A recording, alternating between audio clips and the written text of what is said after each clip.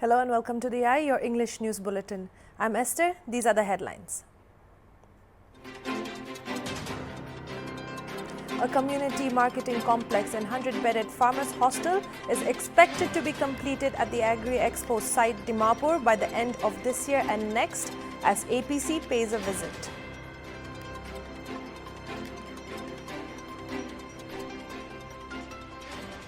The CBI is conducting raids at several places in Mumbai and Delhi in connection with the bank fraud cases of allegedly defrauding the bank to the tune of rupees 466 crores.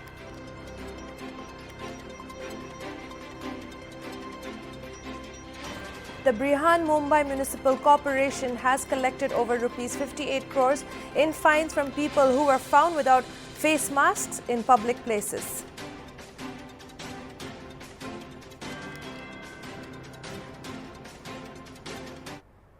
Now for the news in details. A program on special vaccination drive for shopkeepers and helpers, drivers, coolies and their family members was organized today at the public ground by Medical Department and District Task Force Longling District. Dr. Ubang Jungla, Chief Medical Officer, District Hospital Longling, highlighted the gathering about the main reasons for organizing such special vaccination drives. She said that the medical department was taking an extra step in vaccinating the most vulnerable group of the society. She further requested the people gathered to create awareness among each other for the common safety of all.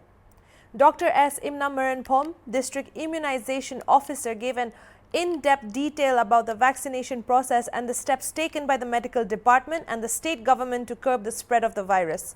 He also urged the gathering and the people of the POM society in general to come forward for vaccination.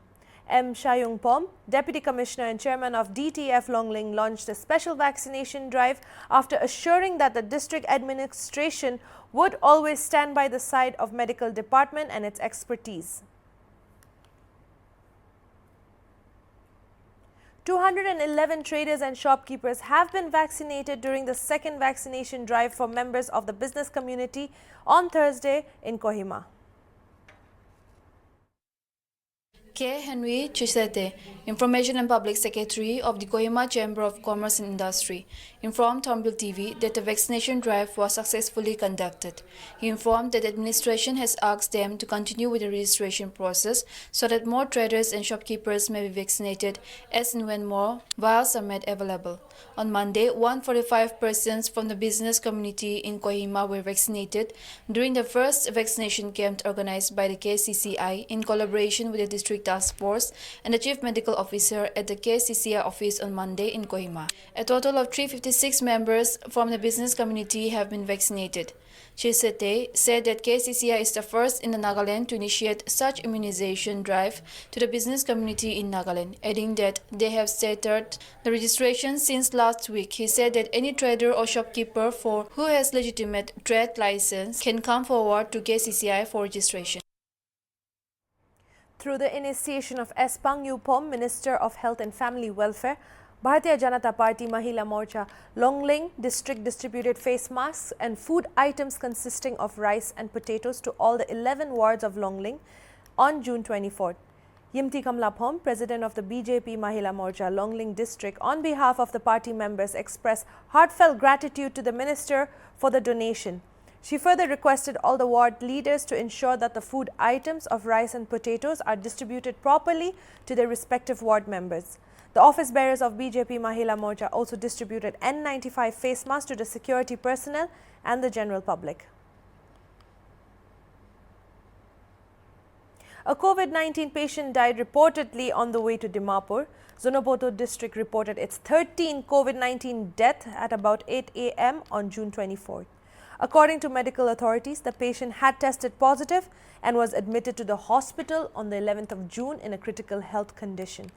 The patient was being shifted to Dimapur today for further treatment on request of the family members, but unfortunately died on the way. The dead body was then brought back to the hospital for necessary sealing and packing, updates stated. Later, the mortal remains were handed over to the family members and taken for burial at the town cemetery.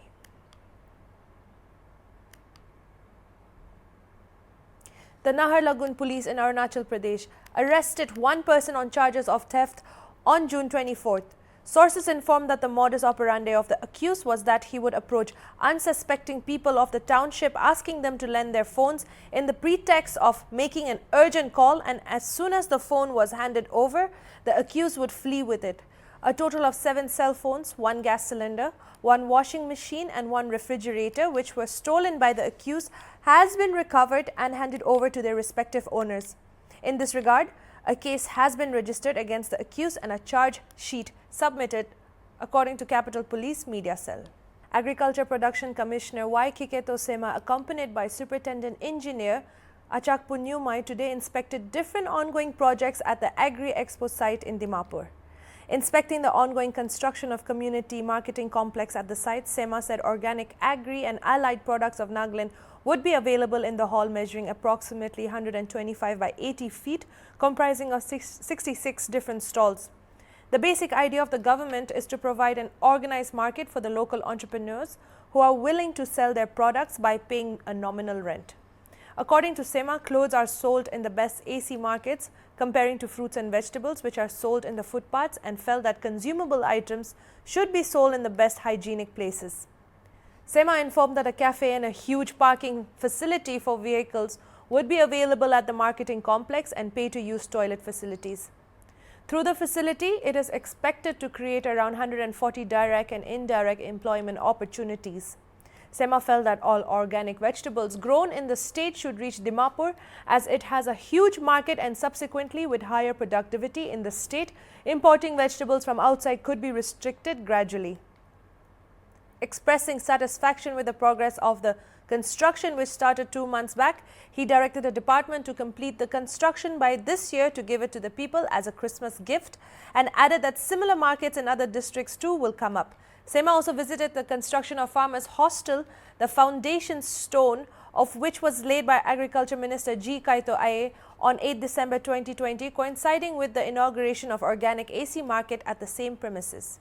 The 100-bedded Farmers Hostel is being constructed under RKVVY additional fund through the initiative of Minister for Agriculture Kaito Aye. He said that the objective of constructing the hostel was basically to house the farmers from different districts of Nagaland and encourage them to bring their organic produce in the commercial hub of Nagaland. The ongoing 3-storied building has a kitchen, dining hall and toilet facility. In this regard, the APC directed the engineer and the contractor to complete the work before Christmas the following year. Agri-Expo site will soon be a place of light and life where all agri and allied activities would take place, Sema maintained.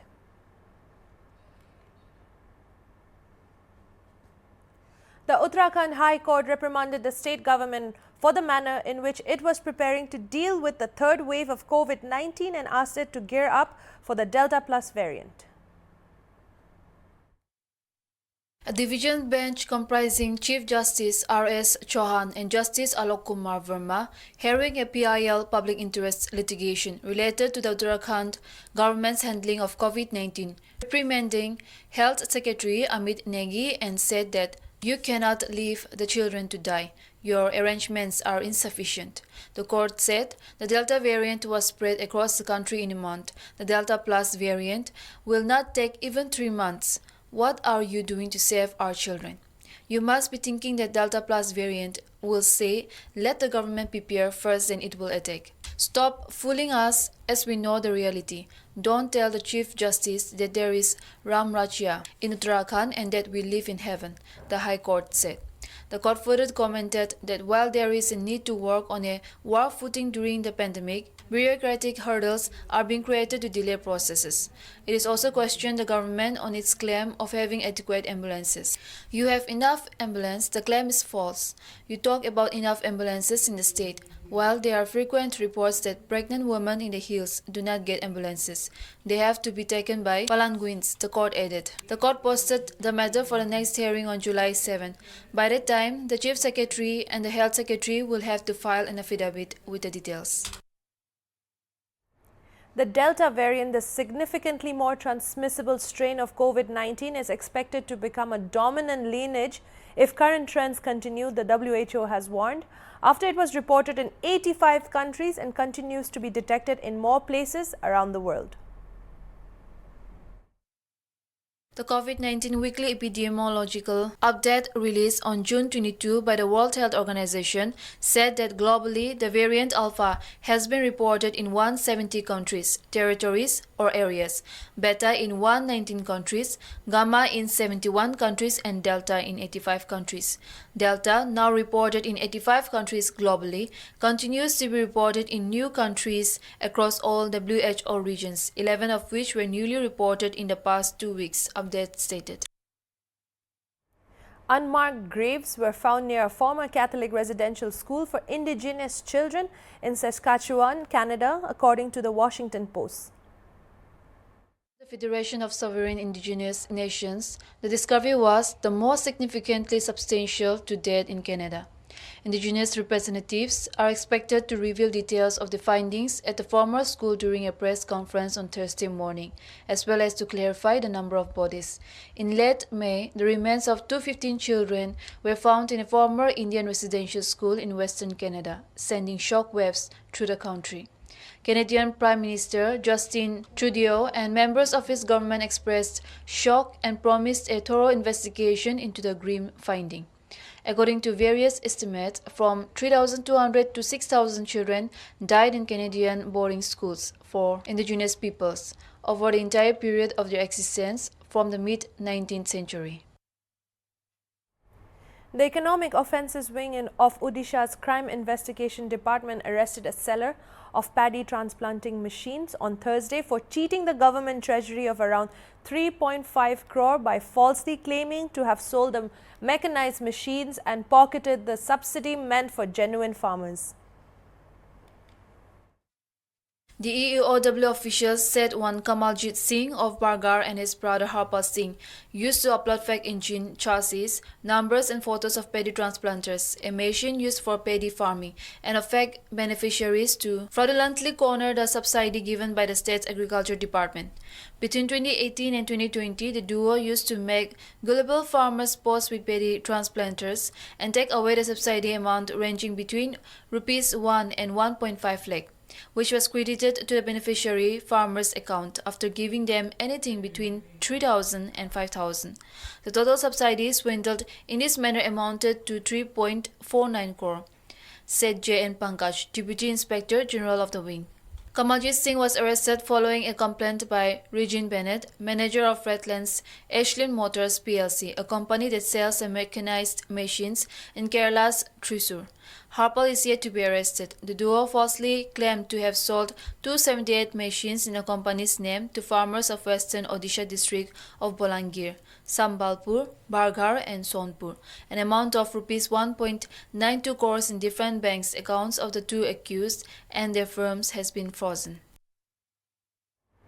The police have arrested a person from Haryana in connection with the theft of 48 lakh from various cash deposit machines of the State Bank of India in Tamil Nadu and recovered 4 lakh from him. As many as 14 cases of such fraud in SBI ATMs have taken place in the city from June 15 to 18, a police release here said, adding more than 5 groups of people seem to be involved in the crime. Investigation by a special team revealed some accused have come from northern states and committed to these offences. The release stated that around Rs 45 lakh was siphoned off. In the course of investigation, the special team arrested one Amir Arsh of Balaghar, Haryana, with the help of Haryana Police State. During interrogation, the accused confessed to the crime, explained the modus operandi, and provided other leads. It was learned that more than 5 groups have operated in Chennai city. A sum of Rs 4.5 lakh was recovered from him. The special team is camping at Faridabad to arrest the remaining accused. According to police, totally Rs 48 lakh has been stolen from automated cash withdrawal and deposit machines, also known as cash deposit machines, CDM, located in various places including Villachirihe. The CDMs provided a 20-second window to customers to take cash away, and if it was not done, the cash went back into the machines. If cash was taken, the lid of the machine would slide and get closed. Probe indicated that the suspects first took the cash from the machines using withdrawal option in such machines and then prevented the lid from getting closed for a while by using their hands. The censors appeared to have misread this action for cash not being taken away by customers and sent messages to servers that cash has not been withdrawn. The Central Bureau of Investigation is conducting raids at several places in Mumbai and Delhi in connection with the bank fraud cases of allegedly defrauding the bank to the tune of Rs 466 crore. According to CBI officials, the agency is conducting searches at around 4 locations in an alleged bank fraud case. The case was related to Crompton Greaves and others accused of defrauding 466 crore. More details are awaited.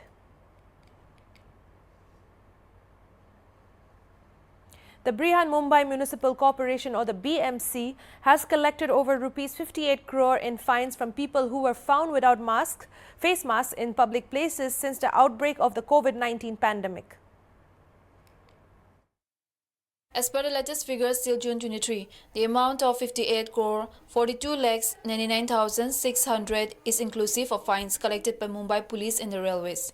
As per the data of the Ministry of Health and Family Welfare, Maharashtra had 1,24,994 active cases, while the cumulative recoveries and cumulative deaths in the state were recorded to be 57,53,290 and 1,19,303 respectively.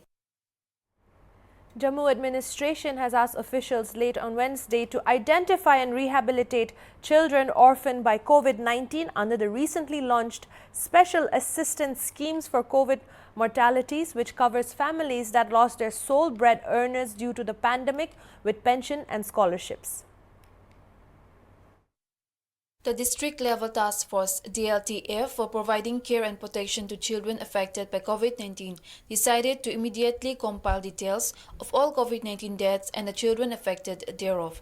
Nearly 500 children either lost a single parent or both to COVID-19 during the second wave across Jammu and Kashmir.